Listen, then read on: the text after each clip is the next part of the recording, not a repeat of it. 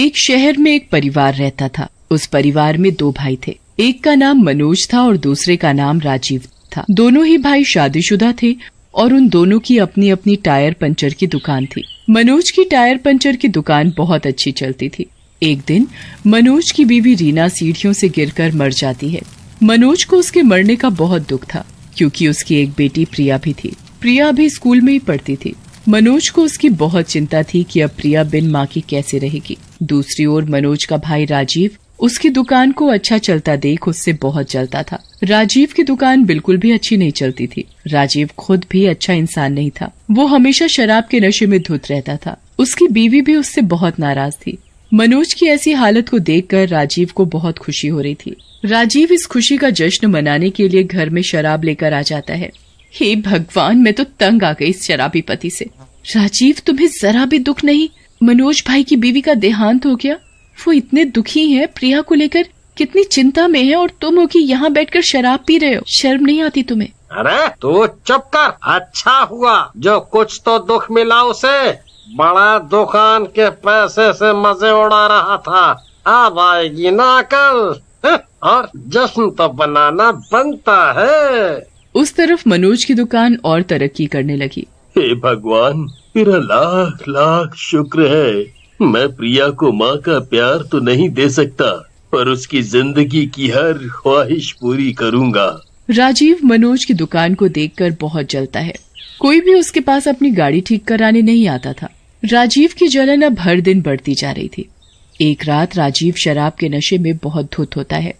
राजीव की बीवी जल्दी से मनोज को बुला लेती है। मनोज जब राजीव के घर पहुंचता है तो उसे संभालने की पूरी कोशिश करता है। मनोज, तू यहाँ मेरे घर में क्या कर रहा है? मुझे तुझसे बहुत नफरत है। जा यहाँ से। ये क्या कह रहे हो भाई? मैंने आखिर तुम्हारा क्या बिगाड़ा है? आज से तू मेरा भाई नहीं है। बात देख ली तेरी तरक्की। अपने होश में आओ। तुम्हें पता भी है तुम क्या कह रहे हो? राजीव गुस्से में शराब की बोतल मनोज के सिर पर मार देता है। मनोज के सिर में बहुत तेज चोट आने की वजह से उसकी मौत हो जाती है। राजीव, ये तुमने क्या किया? मैं जाकर सब कुछ पुलिस को बता दूंगी। राजीव की बीवी जल्दी से वहाँ से भागकर मनोज के घर जाकर प्रिया को उठाकर पुलिस स्टेशन जाने के लिए निकल जाती है। राजीव अपनी बीवी के पीछे भाग रहा होता है और उसकी बीवी प्रिया को लेकर भाग रही होती है। चाची, ये राजीव चाचा हमारे पीछे इतने गुस्से में क्यों भाग रहे हैं और हम कहाँ जा रहे हैं? तभी भागते भागते सामने से एक गाड़ी आ जाती है और राजीव की बीवी प्रिया को साइड में धक्का मार देती है। गाड़ी राजीव की बीवी को टक्कर मार देती है और आगे की तरफ चली जाती है। राजीव की बीवी को गाड़ी की टक्कर लग गई ये देखकर राजीव भी पीछे मुड़ जाता है और अपने घर की तरफ चला जाता है। प्रिया ये देखकर बहुत घबरा जाती है और जल्दी से राजीव की बीवी के पास चली जाती है। राजीव की बीवी प्रिया को उसकी पापा की मौत के बारे में सब कुछ बता देती है। सुनो बेटा, तुम्हारे पापा का खून हो चुका है और किसी और ने नहीं, तुम्हारे राजीव चाचा ने किया है। वो बहुत बुरे हैं बेटा। चाची, अब मैं कहाँ जाऊँ? पापा भी चले गए, अब मुझे कौन संभालेगा? तभी राजीव की बीवी अपना दम तोड़ देती है और फिर वो मर जाती है। प्रिया ये सब देखकर बहुत रोती है। हे भगवान, अब मैं क्या करूं? मम्मी भी चली गई, पापा भी चले गए और चाची बची थी ध्यान रखने वाली और प्यार करने वाली, वो चाची भी चली गई। प्रिया को कुछ समझ में नहीं आ रहा होता है तो वो वापस अपने चाचा राजीव के पास चली जाती है। राजीव शराब के नशे के कारण बेहोश लेटा हुआ था। प्रिया वहीं घर के कोने में लेटकर सो गई। सुबह जब राजीव होश में उठा तो देखा कि प्रिया वहाँ लेटी हुई है। वो गुस्से में प्रिया के ऊपर चिल्लाता है। तेरी हिम्मत कैसे हुई मेरे घर में घुसने की? निकल यहाँ से। नहीं चाचू, प्लीज मुझे यहाँ से मत निकालो। मुझे संभालने वाला कोई नहीं रह गया। पापा, मम्मी और चाची भी छोड़कर चली गई। चाचू प्लीज, आप ऐसा मत कीजिए। आप मुझे यहाँ रहने दीजिए। मैं आपसे कुछ नहीं बोलूंगी, घर का काम भी कर दूंगी। आप जो बोलोगे वो मैं करूंगी, पर आप मुझे यहाँ से मत निकालिए। चल ठीक है, मैं तुझे यहाँ रहने दूंगा, पर तू यहाँ रहकर मेरे घर का काम भी करेगी और मेरे साथ मेरी दुकान भी चलेगी और वहाँ का भी काम करेगी। हाँ ठीक है चाचू, जैसा आप। राजीव प्रिया से अपने घर का सारा काम करवाता था और दुकान ले जाकर वहाँ का भी काम करवाता था और बदले में प्रिया को खाना भी नहीं देता था। और दुकान से जो भी पैसा मिलता उसे अपनी शराब में खर्च कर देता।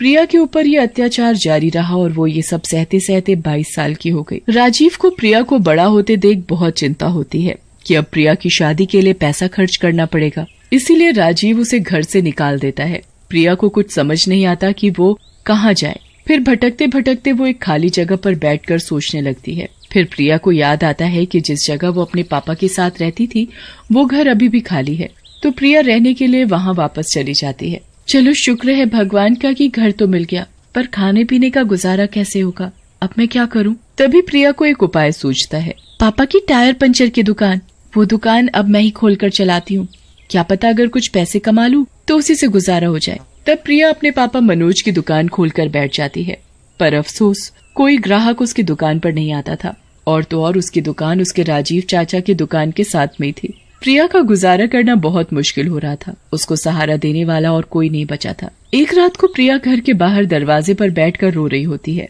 तभी पीछे से एक डरावनी सी आवाज उसके नाम को पुकारती है। प्रिया ये सुनकर बहुत डर जाती है। कौन है? कौन है वहाँ? कौन बुला रहा है मुझे? तभी वो डरावनी आवाज और तेज हो जाती है और प्रिया को पुकारने लगती है। प्रिया बहुत घबरा जाती है और उस आवाज का पीछा करने लगती है। प्रिया उस आवाज का पीछा करते करते एक खाली जगह पर पहुंच जाती है।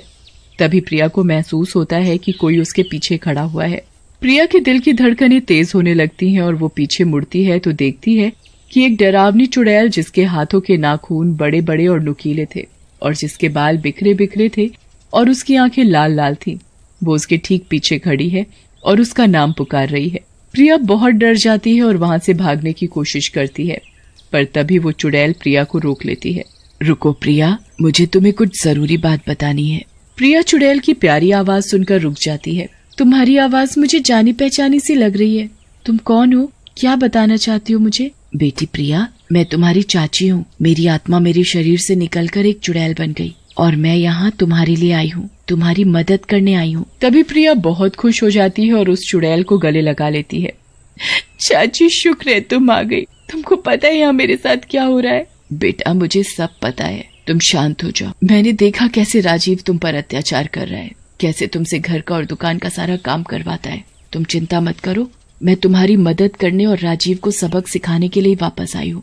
चुड़ैल अब राजीव को सबक सिखाने के लिए उपाय सोच रही होती है। फिर चुड़ैल अदृश्य होकर राजीव की दुकान में घुस जाती है। वो देखती है कि कैसे राजीव एक ग्राहक की गाड़ियों के पंचर ठीक कर रहा होता है। वो ग्राहक जैसे ही अपनी गाड़ी बाहर खड़ी करके राजीव को पैसे देने जाता है, तभी चुड़ैल एक सुई लेकर उस ग्राहक की गाड़ी के टायर में घुसा देती है और टायर पंचर हो जाता है।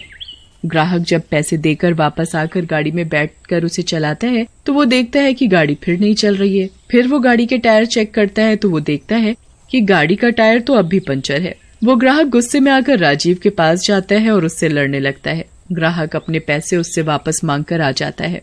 फिर वो ग्राहक प्रिया की दुकान पर अपनी गाड़ी का टायर ठीक कराने जाता है। फिर चुड़ैल प्रिया की मदद करने के लिए और राजीव को मजा चखाने के लिए यही काम करती है। वो राजीव के ग्राहकों की गाड़ियों के ठीक किए हुए टायर पंचर कर देती है, जिससे ग्राहक गुस्सा होकर अपने पैसे राजीव से मांग लेते हैं और फिर वो ग्राहक प्रिया की दुकान में जाकर अपनी गाड़ी का टायर ठीक कराते हैं, जिससे राजीव की दुकान में घाटा होने लगता है और प्रिया की दुकान का मुनाफा। प्रिया अब अपना गुजारा ठीक से कर पा रही थी। राजीव को ये समझ ही नहीं आ रहा होता है कि आखिर ये सब क्यों हो रहा है और कौन कर रहा है। फिर राजीव जब इन सब से बहुत परेशान हो जाता है तब चुड़ैल उसके सामने आ जाती है। राजीव चुड़ैल को देखकर बहुत डर जाता है। चुड़ैल भागो! रुक राजीव, तेरा बहुत हो गया, अब तेरी हदें पार हो चुकी हैं। मैं तेरी बीवी हूँ जो उस रात को कार एक्सीडेंट में मारी गई थी। मैं तुझे यहाँ सबक सिखाने आई हूँ। तूने मुझ पर और प्रिया पर बहुत अत्याचार किया था, अब तू नहीं बचेगा। अब मैं तुझे मार दूंगी। नहीं नहीं, प्लीज तुम मुझे मत मारो, मुझसे बहुत बड़ी गलती हो गई। मैं आज के बाद ऐसा कभी नहीं करूँगा।